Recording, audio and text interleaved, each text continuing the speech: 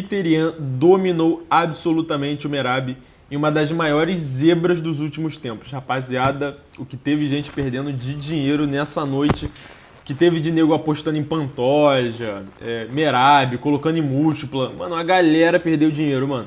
Ainda bem que eu nem apostei, cara. Porque eu tô aqui na Tailândia agora e a casa de aposta que eu uso no Brasil não permitiu eu apostar por causa de geolocalização, caramba.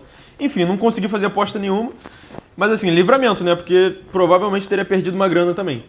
Mas vamos falar um pouquinho da performance do Petr Yan. Cara, esse maluco operou um milagre. Quem achou que ele ia dominar o Merab dessa forma? Ele levou uma sova na primeira luta. Inclusive, se você for puxar aí na memória, eu acho que depois da revanche com o Sean O'Malley, do Merab com o Sean O'Malley, que ele finalizou o Sean O'Malley no segundo round, né? No terceiro round.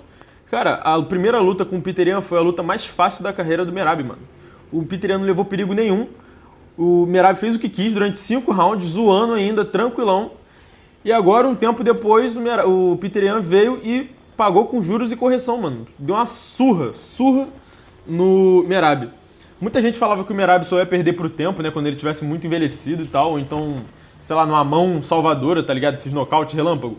Cara, não foi nenhum nem outro. O Merab, ele lutou como sempre, né? A gente não viu uma performance muito ruim do Merab. Não. O que aconteceu, na verdade, foi uma performance muito boa do Petr Yan. Eu separei umas coisas aqui, ó, que eu quero mostrar pra vocês. Ó, antes, vamos falar do primeiro round. O primeiro round foi o round mais parelho da luta, tá? O Merab tava inteirão ainda. O Petr Yan, a gente sabe que ele é um low starter, né? Ou seja, ele começa a luta devagar, tu nunca vai ver ele... Mano, geralmente ele sempre perde o primeiro round, cara. Tony Ferguson, Petr Yan... Mano, tem uma galera aí que é low starter. O cara sempre perde o primeiro round. Impressionante. Toda luta ele perde o primeiro round, mas aí ele vai engrenando, né? E aconteceu isso nessa luta também. Só que eu acho que ele ganhou o primeiro round. Quando acabou o primeiro round, a galera meio que abriu o olho assim e falou: pô, o Petr Yan tá mandando bem, né? Resistiu às quedas e tal. Conseguiu impor o jogo dele. Então, mas assim, ninguém tava esperando ainda que ele fosse dar esse amasso, tá ligado? E aí, olha só o que aconteceu no quarto round. Isso aqui o Merab já tava totalmente frustrado, né? Que ele não tava conseguindo aplicar queda nenhuma no Yan. O Yan já tava impondo o ritmo dele igual um robozinho pra cima do Merab. E ele conectou também os melhores golpes, tá ligado? Não chegou a dar knockdown nem nada, mas teve um direto no segundo round que o Merab acusou o golpe. Eu acho engraçado que quando o Merab acusa o golpe, ele dá uma balançadinha assim, ó, e dá uma circulada. Você vai ver que isso aconteceu também no quarto round. Esse golpe aqui foi no quarto round. Ó, vou tentar mostrar pra vocês assim de longe, porque eu não posso ficar mostrando o clipe do UFC, não. Pô, assim vai dar merda. Mas olha o barulho do chute que o Petr Yan dá no Merab. Isso foi na linha de cintura, olha isso. Pô, calma, deixa eu aumentar o volume, né, pra vocês ouvirem. Olha a potência desse golpe. Ouviram isso? Ouviram o grito do Merab? Aí ele deu aquela balançadinha assim, circulou. É porque o Yan, ele nunca foi aquele cara de partir pra cima igual louco, né? Então, assim, ele não acelerou o passo pra cima do Merab, não. Ele só tentou dar aquela... Ele só seguiu o cara andando, não partiu pra cima igual louco. Podia até ter capitalizado nesse momento, né? Mas ele não fez. Cara, olha só como é que ficou a lata do Merab depois da luta. Isso aqui no início da luta, né? Óbvio. E isso aqui no pós-luta. Mano, que prejuízo que ele levou. Putz, grilo. Muito prejuízo. Cara, chega a ser estranho você ver o Merab assim. Porque ele nunca apanhou tanto, é impressionante. Porque ele, se você for reparar, ele apanha pouco até nas lutas dele. Porque ele não dá espaço pros caras. Ele faz aquele jogo de agarra e ele não dá muito espaço pros caras apanharem ele, tá ligado? Por isso que o pessoal falou, cara, vai ter que ser uma mão de encontro, um contragolpe muito bem colocado pra poder apagar ele de uma vez. Porque você ficar beat 'em up, né, tipo, batendo ele durante muito tempo, vai ser muito difícil. Mas o Petr Yan conseguiu fazer isso, cara. Ele igualou o cardio, igualou o pace, né, o ritmo acelerado e conseguiu vencer. Aí eu achei esse meme aqui engraçado, cara. Esse meme aqui muito bom, que é o Sean O'Malley vendo que alguém venceu do Merab. Olha aí.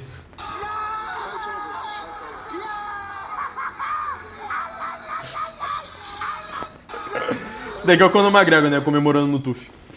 E assim, falando em Sean O'Malley, rapaziada, acho que a gente não tem nem dúvida, né, que se ele ganhar do Song Yadong no próximo UFC numerado, acho que no próximo UFC numerado, né, se ele ganhar do Song Yadong, vão dar o título pro Merab de novo, cara. Vão dar o título pro Patati mais uma vez. E vai rolar a revanche, né? Porque o Patati ganhou do Petr Yan roubado, vamos ser sinceros. Foi uma luta parelha, tá? Foi uma luta justa, tipo, muito apertada. Mas o Merab... Eu tô falando Merab é Petr Yan, mano. Mas o Peter Yan ganhou aquela luta contra o Sean O'Malley. Mas se o Sean O'Malley ganhar a próxima luta dele, vão colocar ele contra o Peter Yan de novo, cara. Já tem até a narrativa de revanche e tal, já ganhou do campeão, agora ele vai ganhar de novo. Enfim, vamos forçar o Patati mais uma vez, não tem jeito.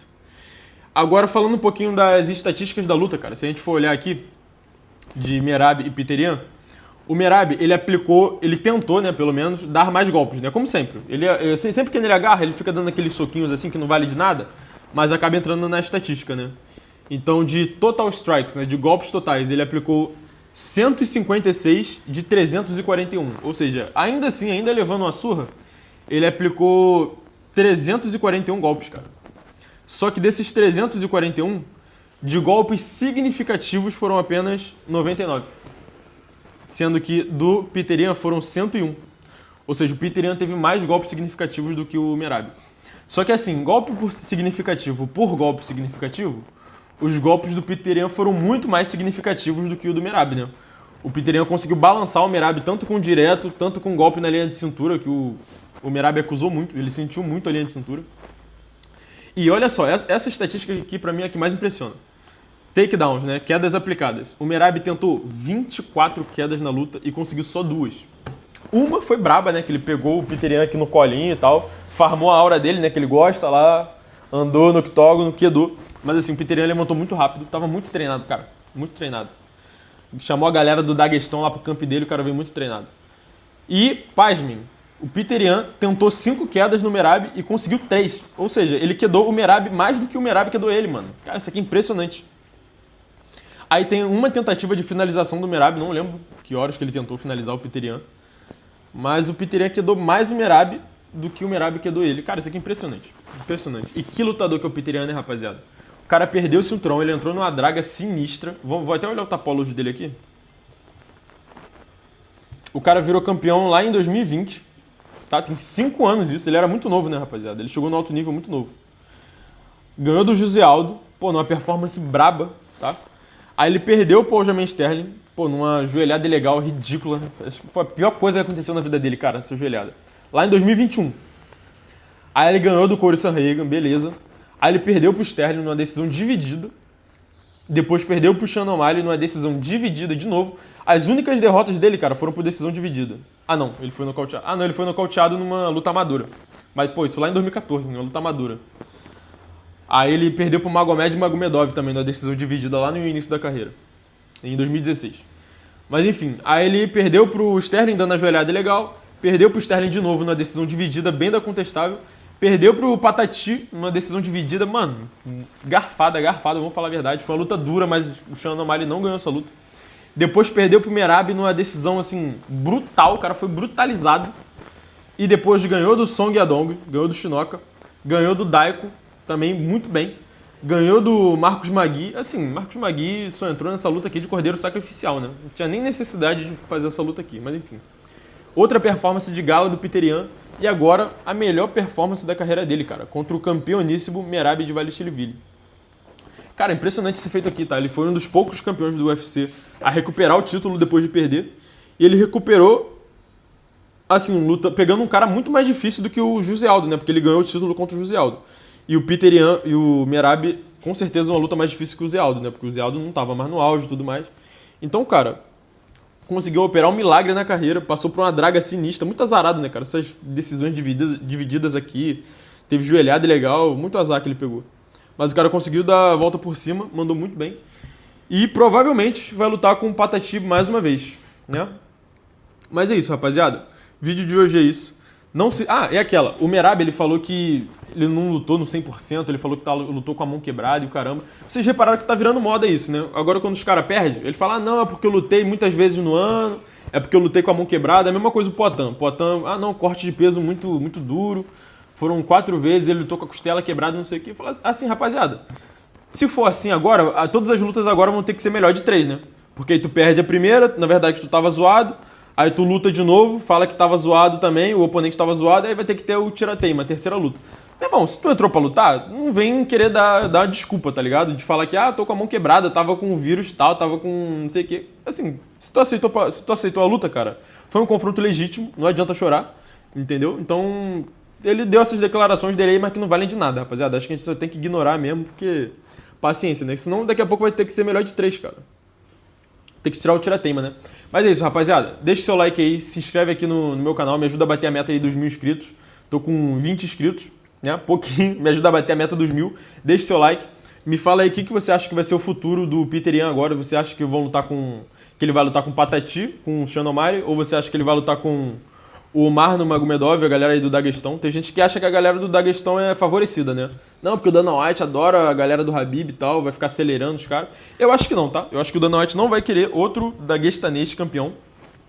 Eu acho que ele não vai dar a luta pro Umar, até porque o Umar vai ter que ganhar do Daiko ainda, né? Eu acho que ele vai ganhar do Daiko. Mas ainda ele ganhando do Davidson, eu acho que ele não vai ganhar o title shot assim, não. Eu acho que vão dar pro Patati, mano, que é um cara americano e tal, nocauteador. Vão jogar o Patati pra mais uma disputa de título, mesmo ele não merecendo, né? Mas é isso, rapaziada. Até a próxima. Tamo junto.